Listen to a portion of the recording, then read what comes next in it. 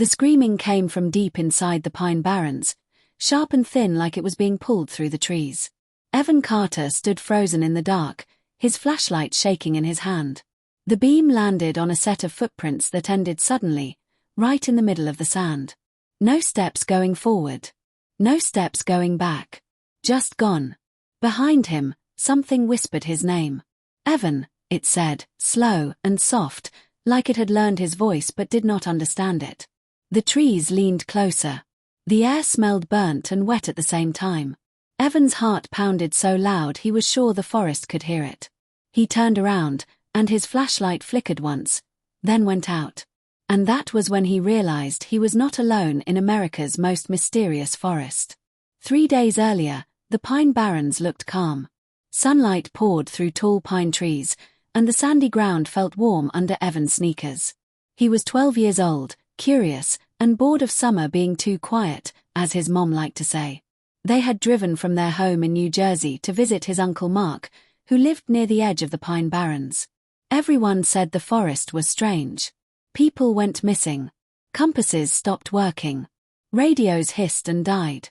Uncle Mark laughed at those stories, but he never went into the forest alone. Stick to the trails, Uncle Mark warned as he handed Evan a small backpack. And be back before sunset. Evan nodded.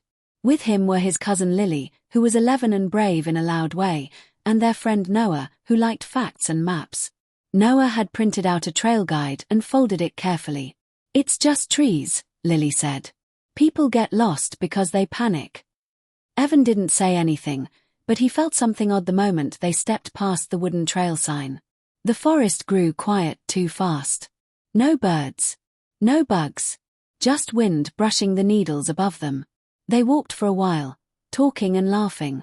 The path was clear, and the sunlight followed them like it always does in normal places.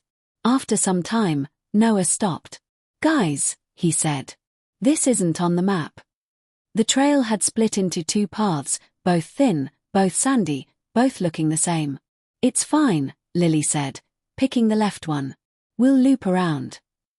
As they walked, Evan noticed the trees looked taller now. Closer. The air felt heavier, like the forest was holding its breath. His phone buzzed, then shut off, even though it was fully charged. Did your phone die? Noah asked. Yeah, Evan said. That's weird. They reached a clearing where the ground was black and burned in a wide circle. In the center stood a single tree, twisted and pale, like it had been struck by lightning many times. Let's go back, Evan said. Before anyone could answer, they heard it. A long, low sound. Not a growl. Not a voice. Something in between.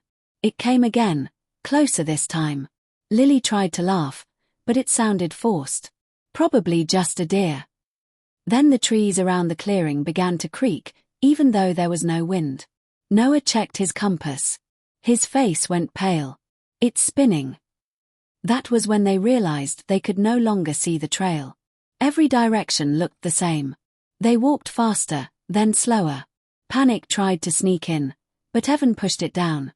Stay together, he said, surprised to hear his voice sound steady. As the sun dipped lower, shadows stretched across the sand like long fingers. The forest felt awake now. Watching. Suddenly, Lily stopped. Where's Noah? She asked. Evan turned around. Noah was gone. They called his name. Once. Twice. The sound was swallowed by the trees. Then, far away, came a reply. Noah. Evan shouted. The voice answered again, but this time, it sounded wrong. It sounded exactly like Evan. Before Evan could react, something moved fast between the trees, and Lily screamed as the ground beneath them began to sink, pulling them down into the dark heart of the Pine Barrens. Evan grabbed Lily's arm as the ground gave way beneath their feet. Sand poured downward like water, cold and heavy, pulling them into a narrow pit hidden under leaves and sticks.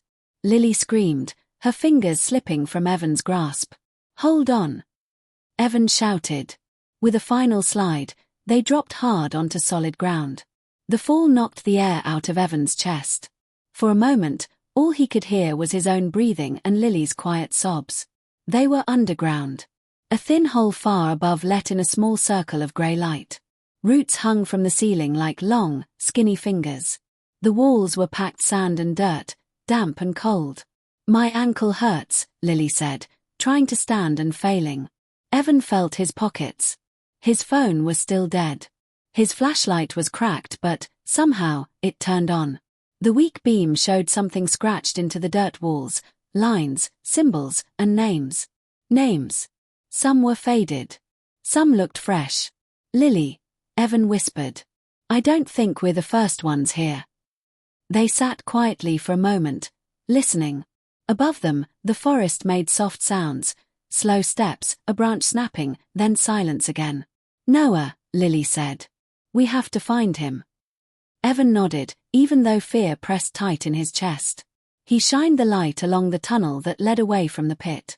It was just tall enough to crawl through. They moved slowly.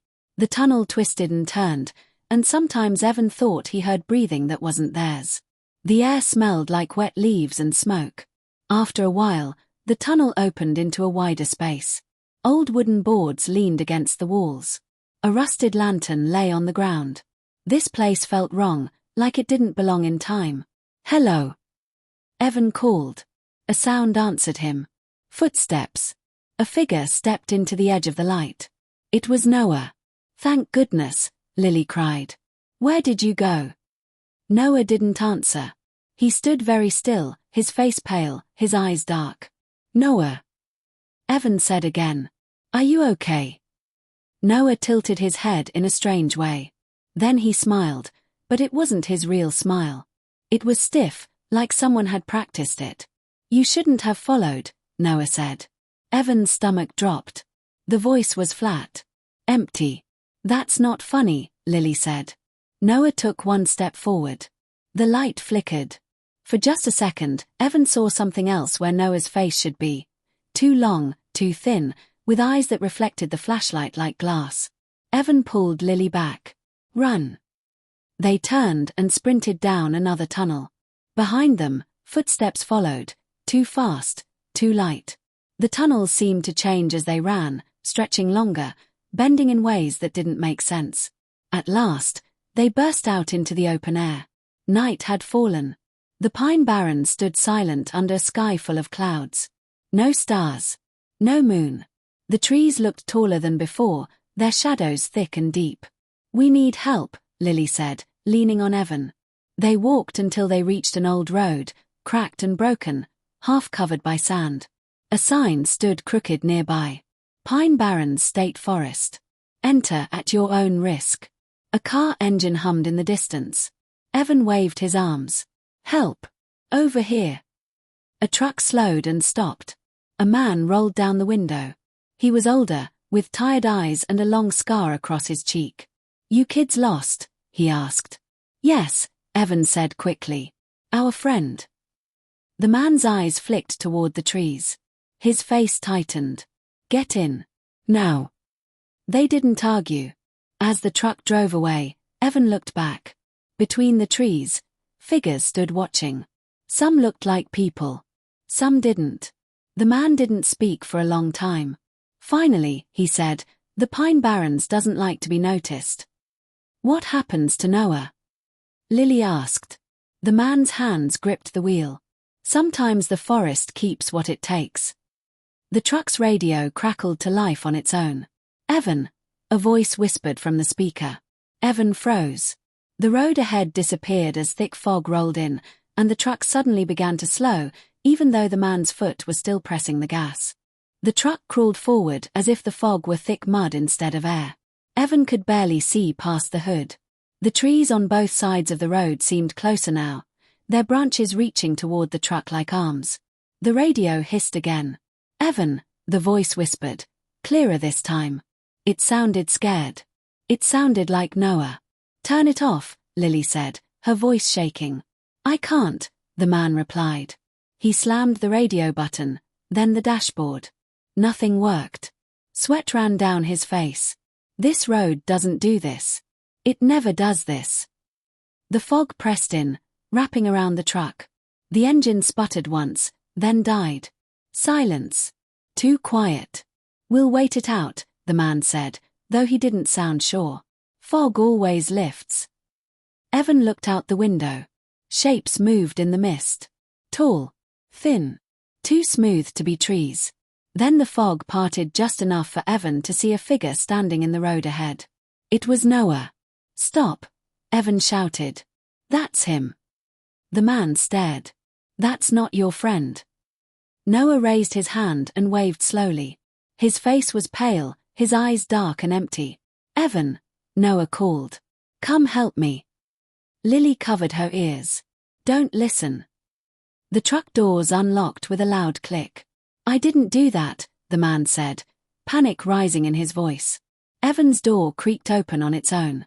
Something tugged at his thoughts, pulling, promising answers. Promising safety. "Evan," the voice said again, now inside his head. "The forest wants to meet you." Evan slammed the door shut and locked it. The fog screamed. Yes, screamed. The sound came from everywhere at once. The ground shook. The trees bent low, and the road cracked open with a sharp snap. "Out!"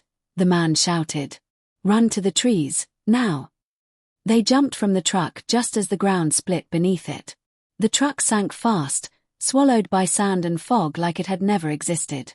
Evan grabbed Lily's hand, and they ran. They crashed through bushes and branches, not caring where they were going. The screaming faded, replaced by whispering. Hundreds of whispers. All saying their names. At last, they reached a small cabin hidden between thick pines.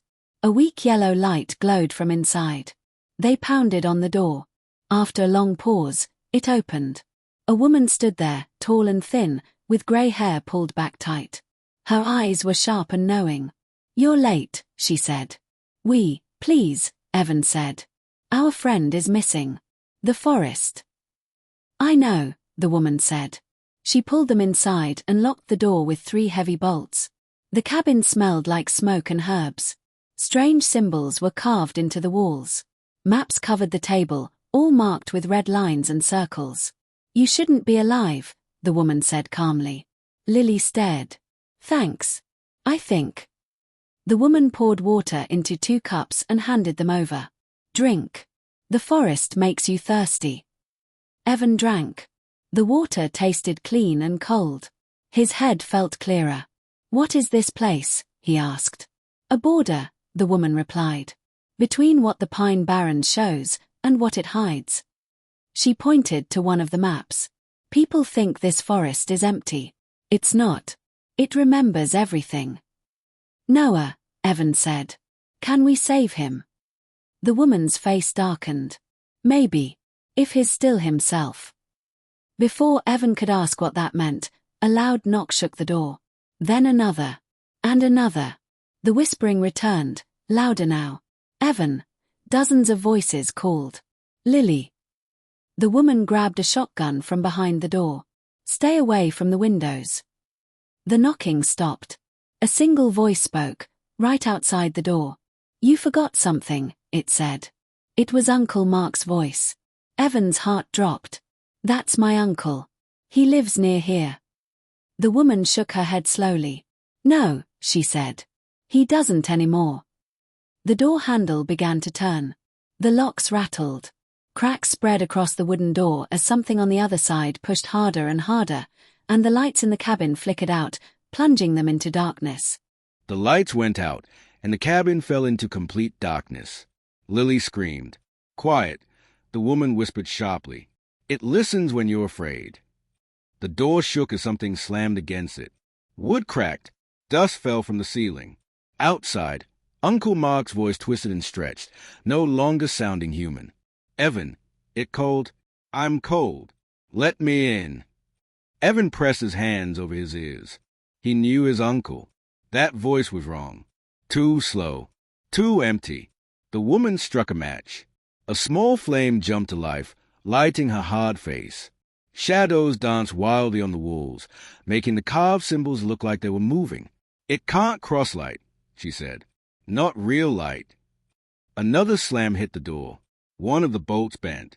"We don't have much time," she continued. "The Pine Barrens chose you, Evan." "Why me?" Evan asked, his voice shaking. "Because you heard it," she replied. And you answered, even if you didn't mean to. The door cracked open just enough for a long, pale hand to slip through.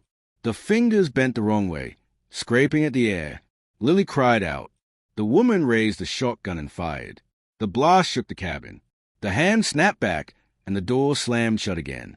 Outside, the forest screamed in anger. Smoke filled the room. That won't stop it for long, the woman said. We either leave now or become part of the forest. She pulled open a trapdoor in the floor. A narrow staircase led down into darkness. What's down there? Evan asked.